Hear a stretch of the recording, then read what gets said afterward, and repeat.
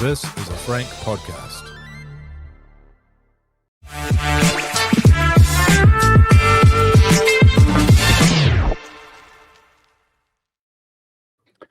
This Warriors Life Podcast 2026, episode 8. We're back live for another Teamless Tuesday. Off an absolutely banging round 1 win over the Roosters a few days ago now, Brad, but I'm still floating on air after that one. Brought to you by Kingz Container Crew, of course, as always, the best container crew outfit on the planet throughout Australia and New Zealand. Hit them up at kingskontainercrew.com. Devanning extraordinaires. If you want to gig on their team, hit the Work With Us tab. And also PlaceMakers, Brad. They've jumped on board recently with us, which is a great privilege for us, and means we get to play that little tune throughout the episode too, so that's cool. Experts in the trade in New Zealand since 1981.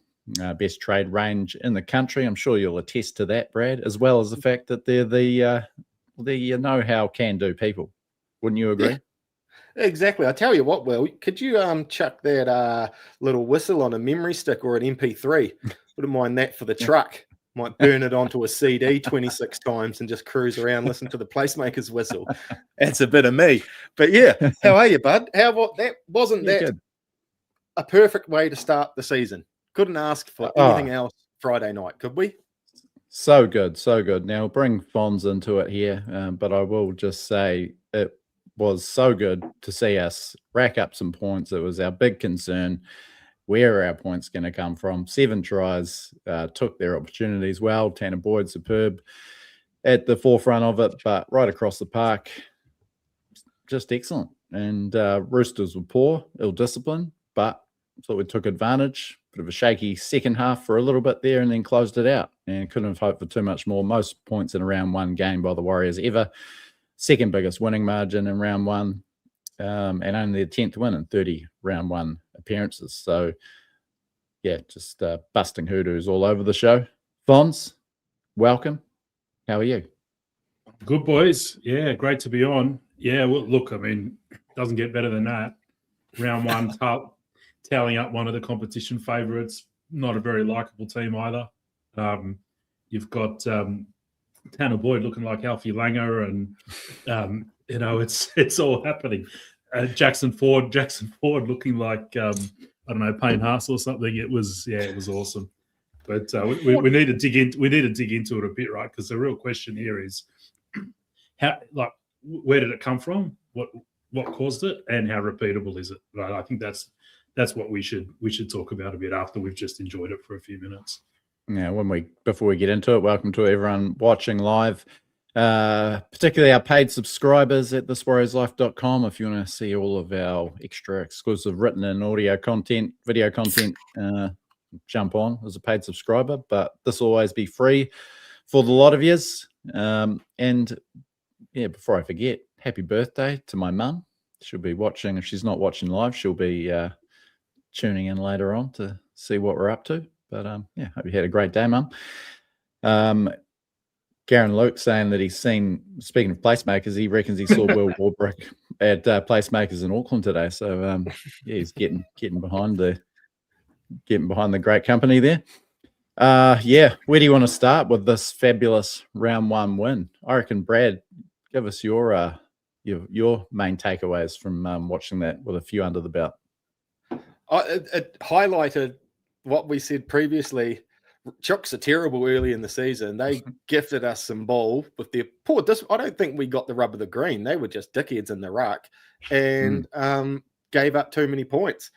Yeah, it was beautiful to watch. There was that little dip, and it was awesome to see them drag themselves out of that 15-minute hole where the sort of Roosters were coming back at us. But that finish, just getting cheap garbage time points. I'm glad it was us for once. Yeah, just sealing the deal. We weren't that much better. It wasn't really the scoreline, was it, if you're true to the game that played out? But yeah, I'd love just toweling them up a couple of cheap ones at the end. Yeah, absolutely. Fonz, you mentioned to me when you got around to watching the game a bit later that the ruck speed a huge advantage for us, and I think that was reflected right across the round with the amount of 6 agains that were awarded. Hopefully that continues because it suits us. Yeah. I mean, so I was away on our anniversary weekend, as I mentioned last week. So I didn't get to watch this live. I watched it, the first half on replay on the Friday night and the second half on replay Saturday during the day. And I didn't get to watch any other games on the weekend. So that's when I messaged you. I didn't know what was going to happen or had happened in the other games. But, yeah, look, I mean, a few things. First of all, I think we said last week that coming out of trial 2, there was obviously a bit more desire in the team to use the middles a bit more creatively. So a bit more offloads, a bit more ball movement, a bit more decoy running. And we saw that on the weekend. And that was what we did so well when we had that one of the things we did so well when we had the outstanding year back in 2023, right? Sorry, wait, is that right? Yeah, 23. And it was good to see that again. So we saw that quite a lot of offloads. Like if you look at that try, the Capewell, the Harris Tavita hitting Capewell at the lead, right? What was so good about that try was it went to Boyd, and then Boyd had, I think, Ford running a lead line, then went out back to Chanel. Chanel had Capewell running a hard lead line. We'd spent the time before that when we were shifting left, we were going out to Rog and to Pompey, so the defence is assuming we're going there as well. And then Capes run this hard lead line and bang, through we go. You know, like that kind of stuff, that's coaching, that's a deliberate attempt to get more bodies moving off the ball. And, you know, I just thought we looked great through the middle of the field. You know, I think that was different to last year. So there's that. I thought our fitness looked really good. I thought our basic skill level looked good. You know, like a ball hits the ground, but blokes don't drop it, or there's a contested ball in the air, but we're the ones who catch it. You know, it's a mix of desire, but also reaction time and skill, I think.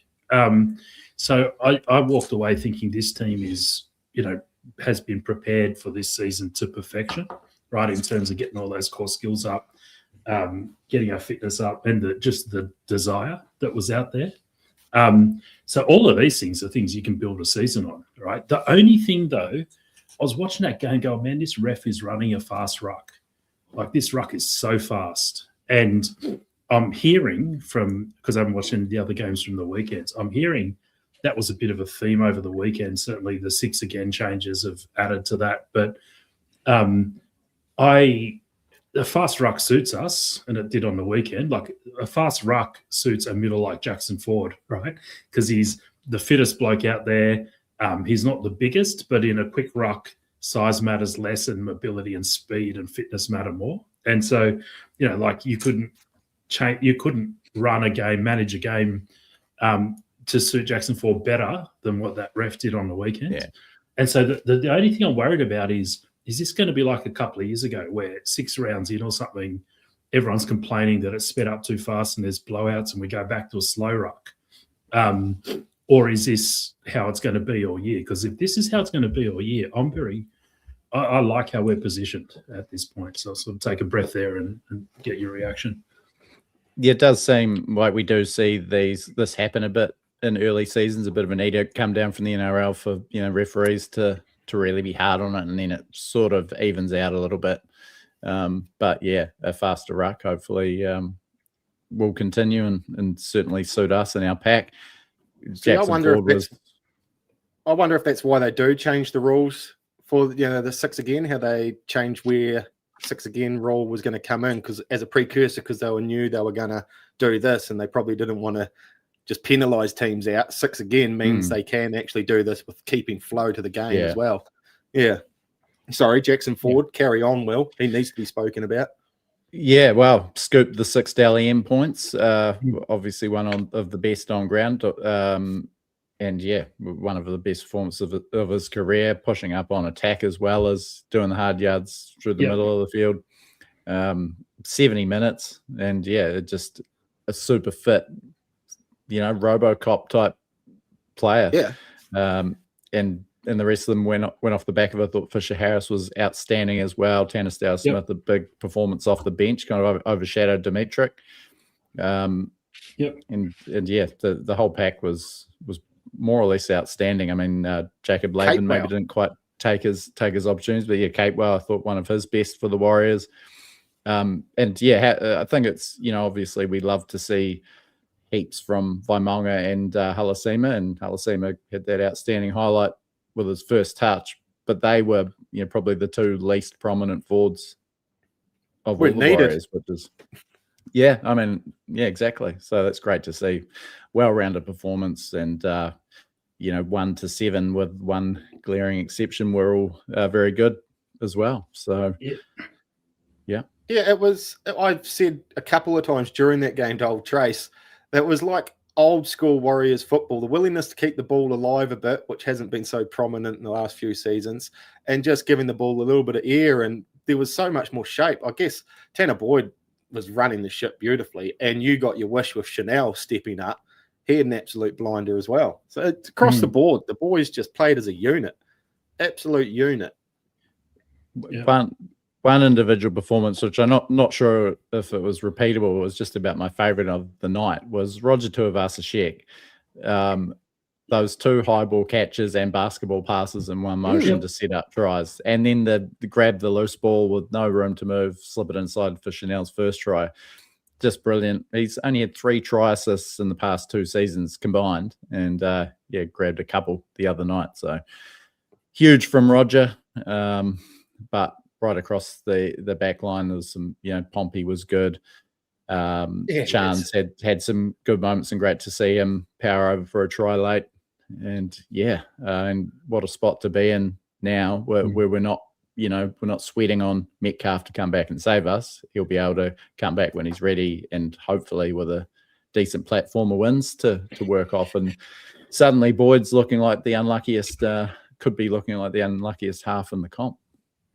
Well, just one thing on that though. So yeah, the backs look good, but that's because our forwards were we're getting all the ball, and our forwards were winning the middle. So do our halves and backs look like that if that's not the case, right? I'm not sure at all. And so it's back to that question of, are we going to be allowed to have that kind of ruck every week? And are our players going to be able to do that every week? Because, it's no coincidence that Tanner Boyd had probably his best game in the jersey the same week as Jackson Ford had his best game in the jersey, right? It was, the two things are linked. So, whereas Metcalf's a bit more, just because he can turn, a drop ball into a try and so on, he's a bit more of a something out of nothing, like get your points off the back foot type of player. So I feel like what we saw from our halves was halves making the most of front foot ball, which is awesome. But I'll be interested to see how it goes if we're playing a team where we don't get that roll on, in the same way. I feel like they could come back to us pretty quick. This Friday is going to be the perfect test for that then, isn't it? The forward pack are going to run out at us. So it is. Although again, Canberra are a big forward pack, and I don't think they suit the kind of fast ruck I saw on the weekend. So if the ref's going to run the same ruck, I reckon we'll these refs are going to send Ricky to an early grave this year. Keep winding him up. Last weekend he had a tough time. They're going to start picking on his ruck this weekend. Dude's going to pop. It's one of the reasons he whinges about refs a lot, because he's sort of a little bit plays an old school game in a new era where rucks are very fast, So, Sorry, were you going to say something? We'll address it now because there's a few comments popping up on the live feed. But Ali Leotawa's defence was probably the one glaring downside of the night. Absolutely torched by Billy Smith a couple of times, and really anytime he sort of got involved in defence, it looked very shaky. A lot of arm grabbing, easily fended off, and just baffling really that he almost got worse as the game went on. There was obviously, you can forgive one miss like the first half one, but it just got worse as the game wore on for poor Ali. And when he debuted in Canberra on Jared Croker's 300, he had a great debut, and it was really all his defence. but he's just fallen away so badly in that area, whether it's sort of fitness or not being in the top grade enough, all those injuries, and hasn't had a good run of it in first grade. But yeah, I don't know how you fix that. You certainly can't carry a centre defending like that for too long. I've seen blokes basically build whole podcasts around better centre performances than that one on the weekends. I mean, to me, it looked like a combination of so like he seems to want to plant his feet and arm grab, right? And then because he's arm grabbing and his feet are planted, he gets fended and pushed off and the centre goes on the outside. Then he doesn't have the lateral mobility or speed to recover that, right? And so I reckon it's a mix of technique, fitness. I wonder if there's injuries, which is making him a bit shy in contact. I don't know, but yeah, it's horrible. Like to be honest, you got one more week, and if he gets skin like that again this weekend, you've got to drop him. It's as simple as that. You can't carry that in first grade. I'm sorry. If my kid was grabbing like that at under 10s rugby in the weekend, I'd be giving him a serve. Like, it was just blatant, like kids arm grabbing, wasn't it? Like too scared. Put your big bloody shoulder in the alley. He can smash even right. That first game against Canberra, that was all defence, wasn't it? Like we thought, Jesus, how's this kid? Reminiscent of how I defended as a scrawny number 10 playing rugby union, but to just slap that arm down and go around the legs or something. But Billy Smith isn't like I like Billy Smith as a player. He's not Steve Renoff, and but he made him look like him. So it's a tough one. Rocco Berry apparently was on Sport Nation today with Staffy, saying that he's aiming for sort of around 6 to 8 return. But again, Rocco Berry returning to that centre spot doesn't fill me with a huge amount of excitement just because of his injury problems. And I think he rolled his ankle on the steps on the way out of Radio Sport today as well. So just keep an ear to the ground. Just a little hot word. So I think he's gone down again, just getting out of that interview with Staffy. So it could be another 8. And then there's not many options apart from moving Chance there and Kane into fullback. But that's such a big disruption. So where do you go? It's a tough spot, but hopefully it's just one game, and hopefully Ali does get his act together. He was okay with the ball. No real chances to shine. It was that left side that really shone. Wouldn't have spun out that way, but because I'm such a big fan. But it's time. Chances are running out. It's hard to ignore on Friday. There's no way you could stick up for him in that game. Well, that probably brings me to another, not criticism, but like area for improvement was like I felt like our whole right side was a bit out of shape all night. Like the right side back rower, so Laban and then Halasima, they never really seemed to be. Their lines were a bit off. They were being crowded out. There was just never any good ball going to them. And I know we were deliberately attacking left, but I still think there was just a coordination issue on that right side. And, if you look at it, you got rookie, young right edge back row. You then got Ali. And so maybe there's a bit of work to do over there still, I think. Yep. We've had a question in here, which I might just chuck in there before we forget. But the Leckers try, man, isn't he? I think he's just about overtaken Nanai, and Alakuatu is the best aerial forward in the game. The amount of tries he's getting by that exact method is such a weapon, and he just comes up with the grabs every time and gets his bodies out the defenders. It's so good. But that was about it from Lecker. I think he had something like 5 runs of 20 meters, and he was on for the rest of the second half. Thoughts on his use there, Fonz and Brad? Well, I mean, there's two things. So first, we're basically job sharing that right edge. So Laban did, I think, 44, 45 minutes. Lecker did 35. So they're doing about half each, really. And Yeah, like I said, that I'm not sure that whole right edge was really the attacking shape on there wasn't particularly well set up. So that's just an issue. I want to, I can't remember who scored it, but there was that try where they just split us through the ruck, the Roosters. There was that out in ball, I think, in behind the ruck and in the second half, which probably about 50 or 60th minute, which led to a try. If you look at who was out of shape in defence there, it was Halasima and Healy. Like, it was a quick ruck. Halasima's jogging backwards.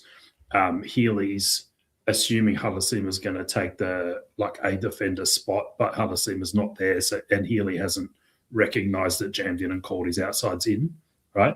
But you got there two inexperienced players in Halasima and Healy not quite getting that ruck defence on that right side. It was, I think, correct. And so when Webby says, as he has before, Halasima's got a bit to work on, I think he does have a bit to work on, right? And the highlight reel of the grab and the try is amazing. But, I'm not saying I'll put that try down to him, but I can see that there's a defensive inexperience in his game that still needs work. So he'll come good in time. It's going to take time. Yeah. But, yeah. Thought he might be a bit hungrier for some footy, especially after warming the bench for 44 minutes and having that great start. Thought, here we go, he's going to just start carving up, but didn't really feature at all after that. None of the bench really did, though, did they? Yeah, Stow Smith had Stow was Smith. That was the fourth one that I was trying to remember, but yeah. Yeah. Healy, the ball just didn't go their way. It just didn't happen for them. When they did get ball, the defence was in their face. The timing wasn't quite right. Yeah, just one of those games. I don't think they played too terrible. Just, yeah, Halasima. What about Healy? Is he the 14th man? For now, how do you get him quality footy? Yeah, it's I thought the Warriors probably that was probably the period where they did look a bit shaky. Not necessarily his fault, but that's the way the game flowed. The Roosters hit back with a couple of tries, and our attack did lose its way a little bit. Egan comes back, and we end up getting another couple of tries. So, he's still a novice at this level, and it is hard coming on and playing that sort of pinch hitter role. So he had a couple of nice little touches. Yeah, it's hard to nitpick that game, really, isn't it, though? All in all, that was a great success, everything out there. There'll be 3 players that are quiet this weekend, and those 3 will probably step into the shoes and have absolute screamers. So, yeah, what a start. Wasn't Healy's best game, but I'm giving Leotawa another chance. I mean, Healy was nowhere in that category. No. Oh, shit, no. Oh, shit, no. One little stat that jumped out at me, and you can catch my column, Stats the Spirit, on this warriorslife.com. For our paid subscribers, Chanel Harris-Davida, a double. Now, he's scored 21 tries in 96 NRL games, fairly sort of standard sort of strike rate for a, not your most explosive running half. 14 of those tries have come as part of doubles. So if he scores one, he's more than likely going to score 2. Yeah, quite like that little anomaly. Am I right in thinking, is he leading the try scoring race so far for the season? For the way. Yeah, he'd be joint leader, wouldn't he? He's got twice as many tries as any other Warrior at the moment. Yeah. Whew. Give him a 5-year deal now. Up, man. Yeah. He can't do it all himself. Load up on him to, be the Warriors' top try scorer. If these trends continue, he's going to score 50 this tries. It's going to be a breakout season. Yeah, can watch this space. Yeah. We probably should delve into a bit of news just before we get into what's probably going to be quite an uneventful teamless Tuesday naming, but nevertheless, Will Warbrick, strongly reported by News Corp that he's about to sign a multi-year deal with the Warriors. What do you make of it? What do you reckon, Brad? I think one thing I need to say, I don't watch much Storm footy. I don't know why. It's just one of those teams. So I think he is professional and good and a big body, does all the right things, but it's just it wasn't the excitement factor I wanted with an announcement of an outside back. I think he'd be in front of I'd like to keep Rog over getting him at the moment. Keep Rog tied up for another 1 or 2 years. And I think that's the thing. It suggests, you're not going to have Roger unless you had other plans for him. You're not going to re-sign him. Have Dallin, who is on contract to the end of next year. Khan Pereira, who's is just arrived on a 3-year deal, and Warbrick. You're just not going to have all four on your books. There's too much cap space chewed up by, 4 wingers who should be playing first grade. So it suggests that Rog maybe is going to either go and have another rugby union stint or hang up the boots altogether at the end of the year. Yeah, which would be a shame the way he started. 80 minutes into the season, I'm saying, sign him for 3 years, man. Fucking imagine I was doing it. Yeah, he's our reigning player of the year. He was superb throughout last year. Sensational game the other day. What about Will then, Fonz? I like him. I like him, mate. All the fundamentals are there. Yardage good. Try scoring rate not too bad. Weapon in the air. I think he's still got upside because he's, I think he's still developing in a lot of ways. So to me, it's a really good signing. Like, I'm very happy to have him. He's got some errors in him, but we can get that out of his game. So I think it's a really good signing. I agree. It means one of the OBs is going, but I mean, I think right now he would be, after Roger, our best OB outside back. I think he would be. Yeah, I think he would be too. You know what I mean, though? It's not the glitter and the sparkle that I like. That you pull the pop gun and then it out the end comes Will Warbrick. but you know how this thing goes, mate. Like, you could put your hand in the lucky dip jar and pull out a steaming turd, right? So this is a quality signing, I think. And I'd love to know what it means. Like, it does sound like Rog, who's not contracted, is going to move on. But I was really happy to hear it, and I think it's good to have a Kiwi coming home.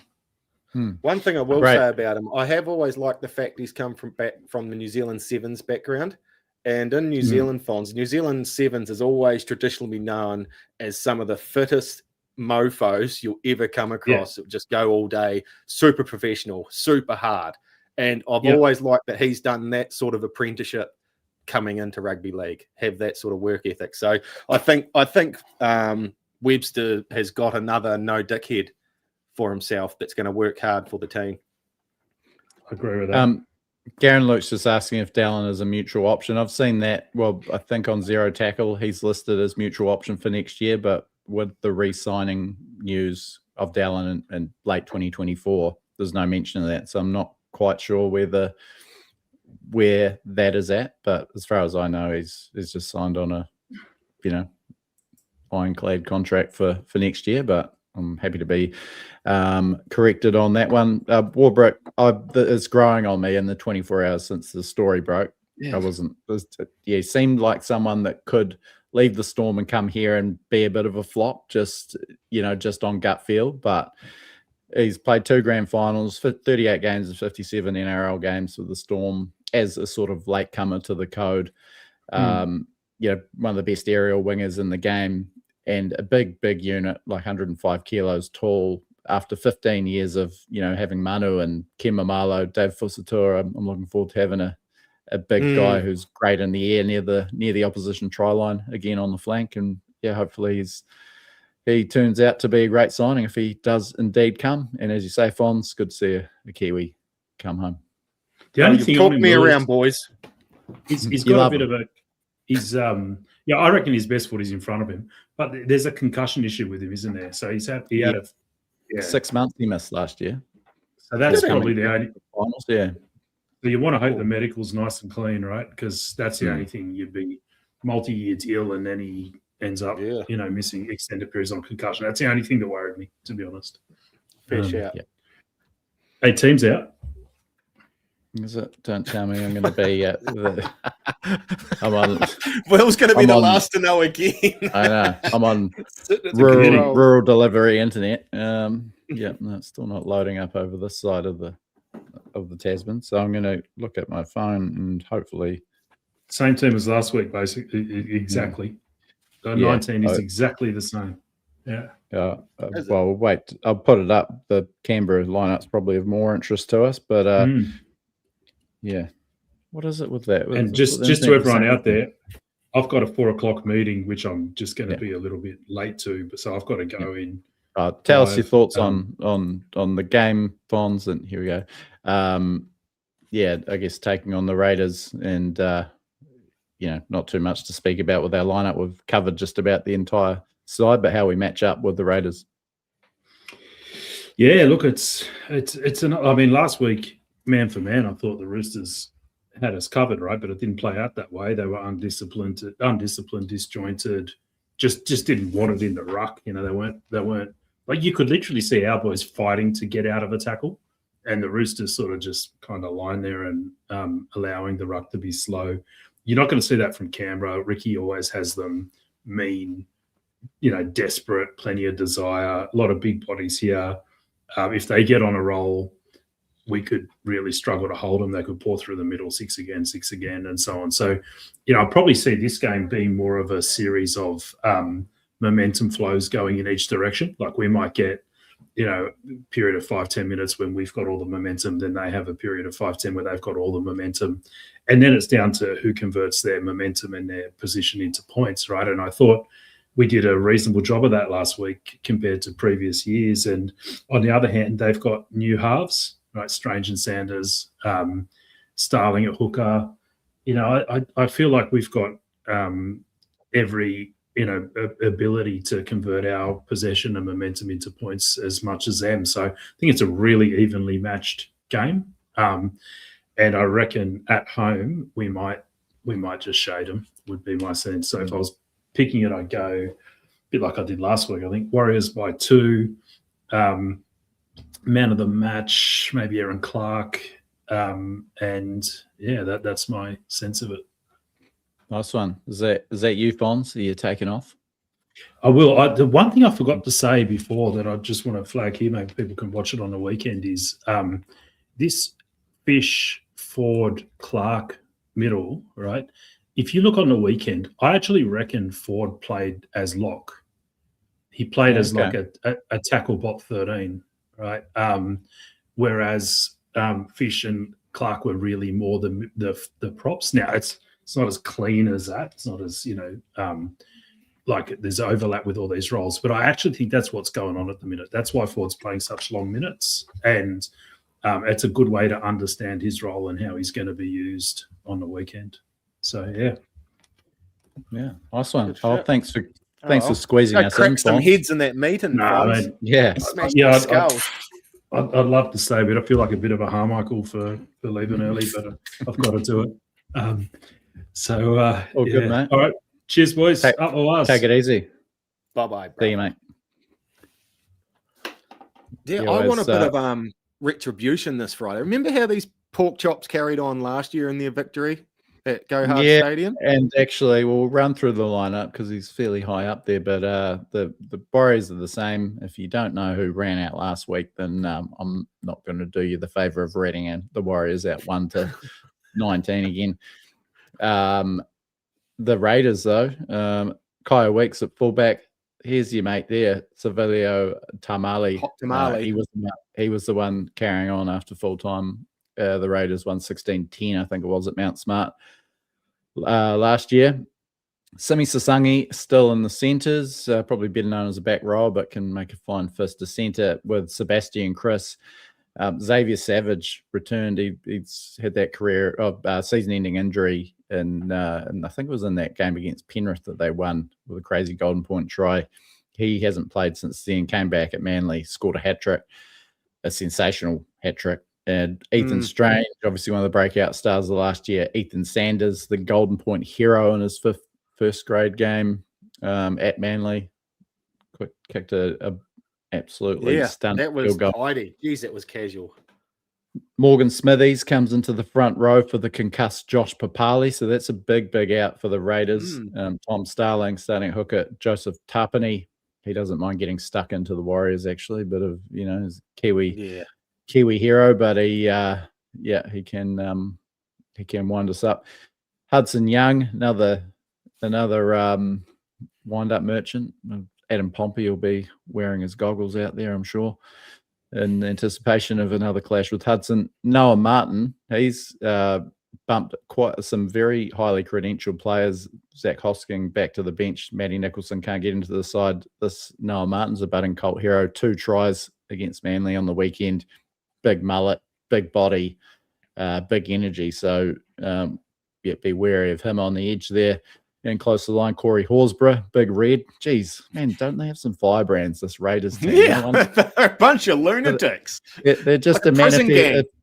They're just a physical manifestation of Ricky Stewart's attitude, like just a 13-man team.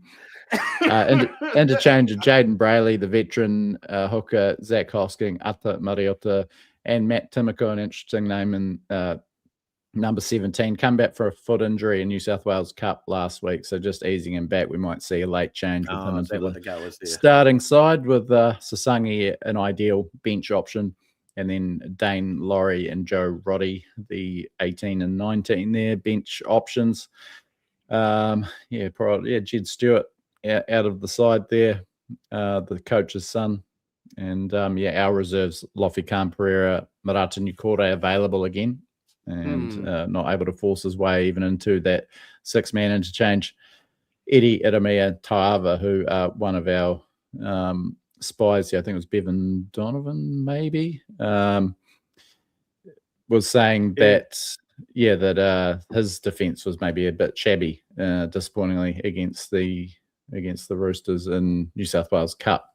So, but I think we'll just probably run out the same as last week, barring injury. Healy probably gets a few minutes, and Tane and Gannon are the ones to cool the heels and not get any minutes. But geez, what a game this is. We were smoked in Vegas, tough encounter at Mount Smart, 16-10. We lost that one. 3 on the trot we've lost against the Raiders, starting with that horror night in Canberra.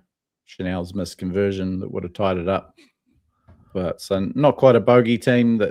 There is some real streaks in this rivalry, but the record of wins in a row is actually held by the Warriors with only 5 in the mid-2010s. So, evenly matched rivalry, evenly matched on paper, and I'd say the Warriors have the edge on round 1 performance. That was probably an important game for the Raiders to win, and getting up in Golden Point after the horrors of September. But, the way that, and, pegging back a 14-0 deficit is obviously positive. Had a shocking start, barely touched the ball for 10 minutes. But, leading a team like the Seagulls, who pretty lowly rated these days, erase a 14-point deficit in the last 10 minutes. Bit of a concern for the Raiders on their way to Auckland. Yeah. Jesus. That was a lot. Screw these guys. That's a lot to unpack there, Will. I was trying to keep up, and in my head, you've really covered everything there. I just don't want to. So we're like the Alpine Fault. We lost 3 in a row to these guys, but we're due. So we're due one. So that's in our favour. Other things in our favour. What do you think? Fisher Harris is better than Smithies. Bang. We've got 2 things in our favour going on Friday night. What else could be in our favour is the weather, Will. Oh, I forgot to we better dig into the weather but... report for Go Media Stadium Friday. So Friday, 8 p.m. kickoff again, is it? 8:05, 8 p.m. Mix of sun and cloud. Warm one, though. 22 degrees. Ooh. Could be a chance of a couple of mil of rain, though, in and around kickoff time. So it's about 1.5 mil. So it's not a hell of a lot. Wind, 7-knot nor'easter. That's coming out of the nor'east. Gusting to 37 knots. So that's getting up there. But otherwise, looks like comfortable conditions. Looks like comfortable conditions, temperature-wise at least. I don't like losing to Canberra, man. I know. I'll be watching this one with Tally. I'm sure our viewers and listeners will be familiar with our favourite Raiders supporter, Tally, and he'll be there in that garish lime green jersey.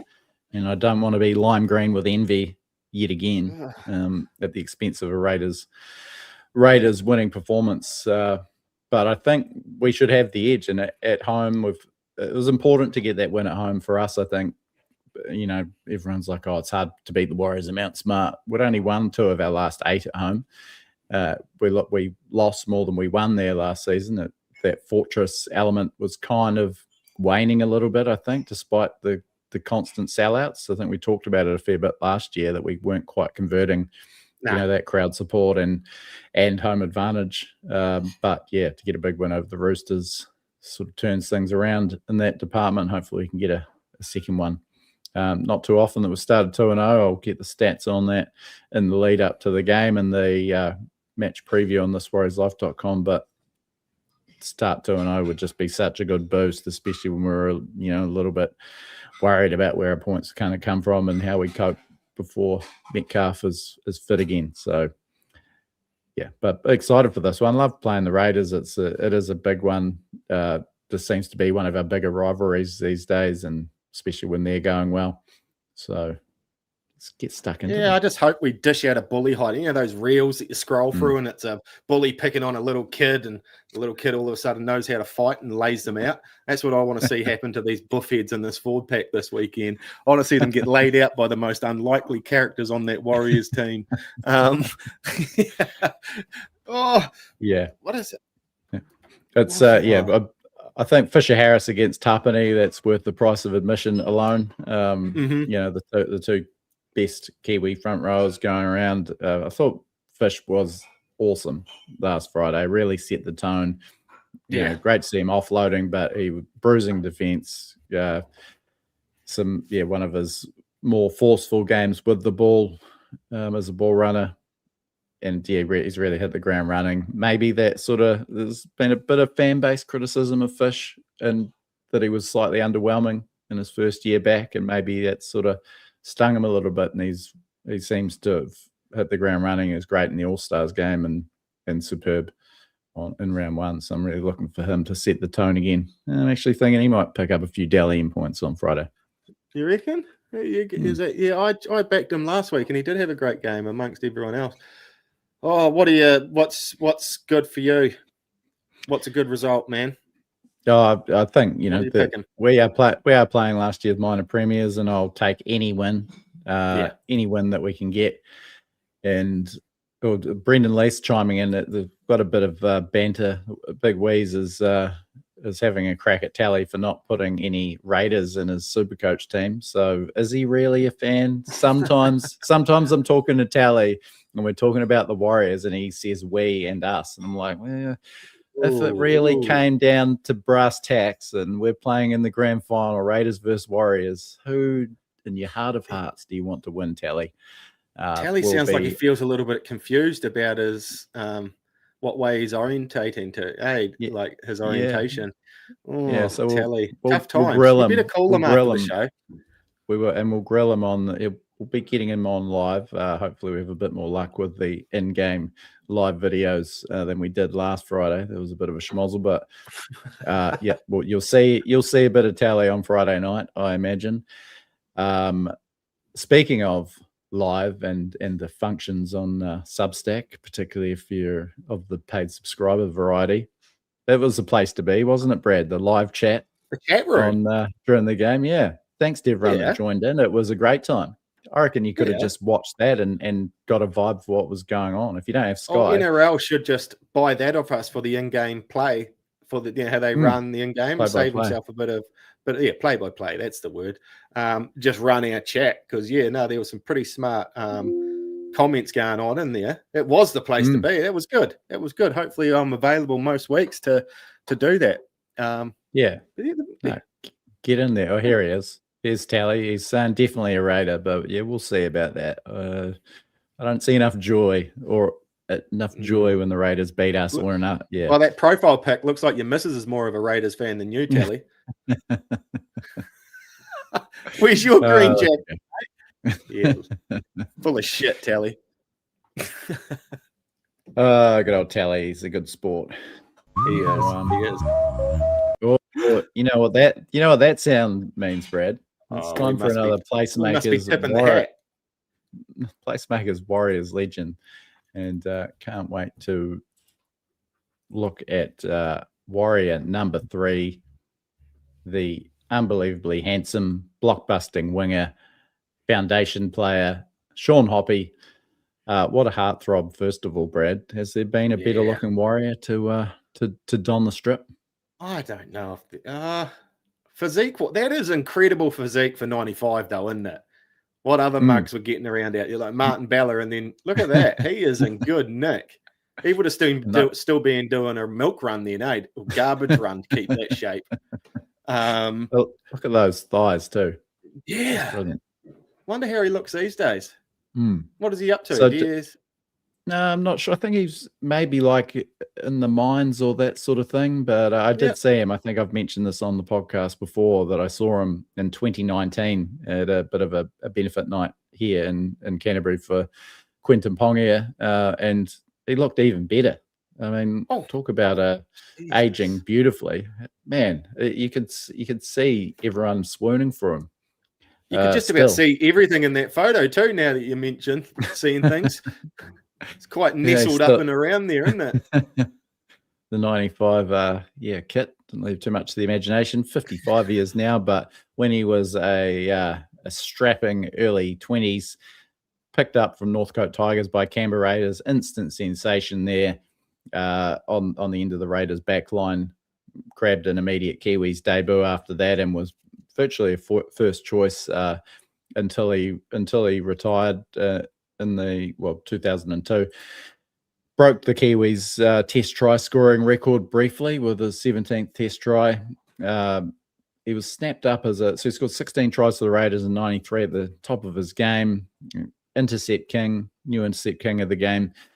Signed as a foundation Warrior, and the dirty old Raiders said, "Get out of here, Sean Hoppy." That's right. Despite how well you're playing for us, you can pack your bags a year early.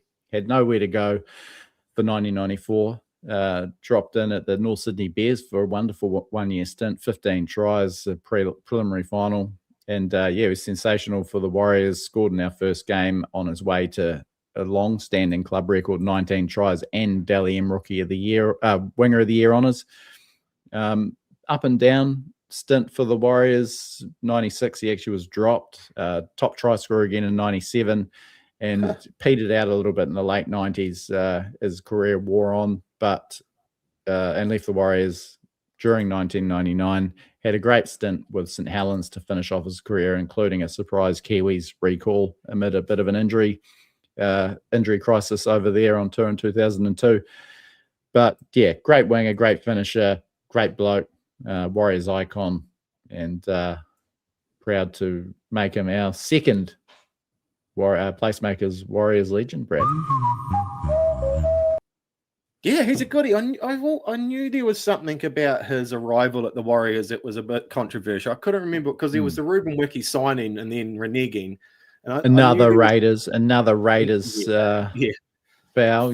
So let's talking about revenge. Yeah, they were the first ones to piss us off, weren't they? The Raiders. This is a grudge match this week.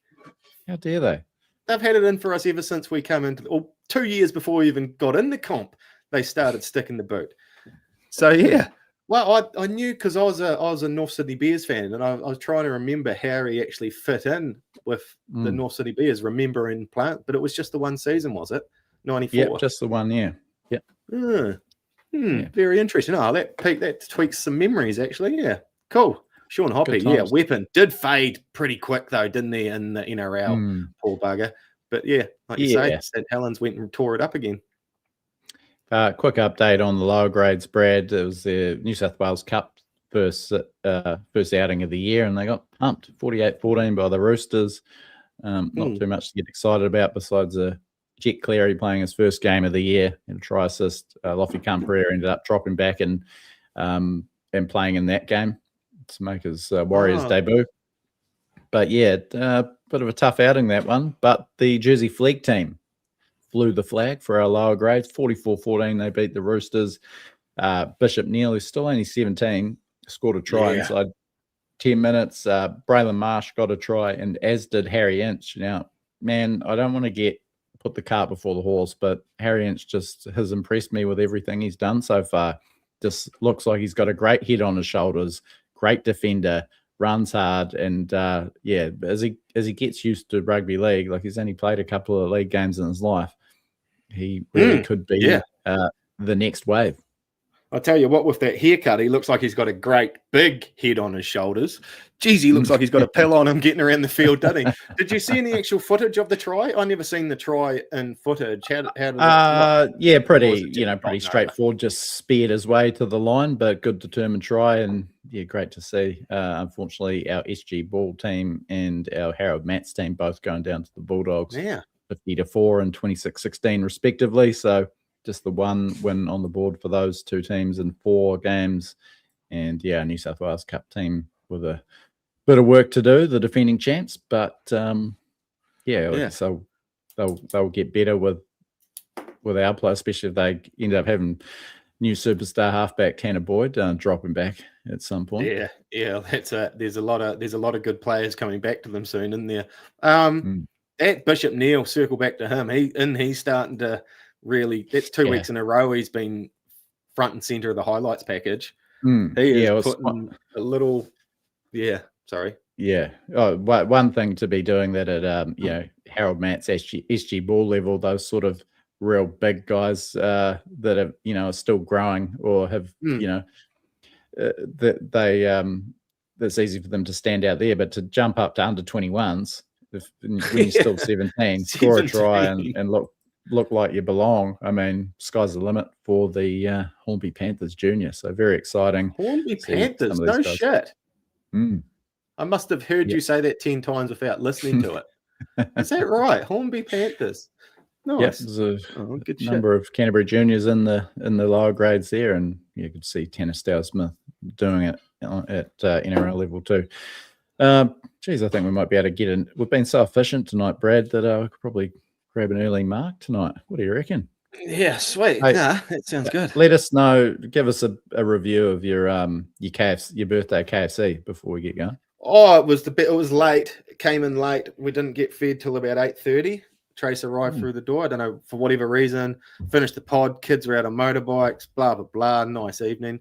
But some of the finest. It was delicious. So had that. Didn't even feel sick. Didn't even go for a big meal. Didn't push it too far. But What's your order? What's your order from KFC? A wicked lunch and a snack burger. That's about it for this kid, or else it's a bit much in the old stomach these days, eh? You feel crook for 4 days. So, just that. Large, though. Always large. And then, and then Otis gets the same, and I know he can only eat one piece of the chicken, so I end up with about 5 wicked wings, all said and true. I made out like I was looking after myself, then remembered his order. I was like, oh, that's right. I have 5 wicked, But absolutely delish. I actually can't, it's, I don't know. I think we should do a pod. I think we should do a pod on your birthday every year, Brad, because you seem to be warming to your birthday. You're so grinchy about it this year. I ignored a phone call from my mum 6 times on my birthday. Too grumpy trying to get off my work, and all this poor old duck wants to do is tell her boys happy birthday. I gotta get in this door. Such a Grinch, but oh well, never the mind. Sweet. What do you reckon? Shall we go do heaps of shit? Yeah, let's do it. Usain Bolt. Yeah, it's nice. Same physique too. Same pace. Thanks to Kingz Container Crew, of course. PlaceMakers. Everyone who's listened tonight, particularly our paid subscribers and especially our founding subscribers, this Warriors Lifers. If you want to jump on and get that elite merch, then upgrade your subscription, and that'll be coming your way. There's been aren't we? Nice I got our Wu-Tang one. You got the Run DMC one. So go to thiswarriorslife.digitees.co.nz to check all that stuff out. If you've got a job interview, wedding coming up, and you want to knock their socks off, then sew a collar onto one. A Back to the Future version. That's what it's like. Sew a collar onto it, and you're good to go. Any occasion. Just wear an old Warriors jersey underneath. Pop that collar. You'll be good to go. Nah, sweet. Oh, good to be talking to you again, Will, and we'll catch up. Yeah, you too, mate. Let's knock this on the head. But until next week, or look forward to all the content we've got coming out. Kingz Container Crew player ratings and all that sort of thing. Keep in the chats, people. Keep in the chats. Feed us some info. It's round one. We've got to keep this momentum going. It's a long season, but yeah, loving your energy. And until we see you next time, Friday beers probably, Brad, wouldn't it be? Take care of yourselves and each other. This is a Frank podcast.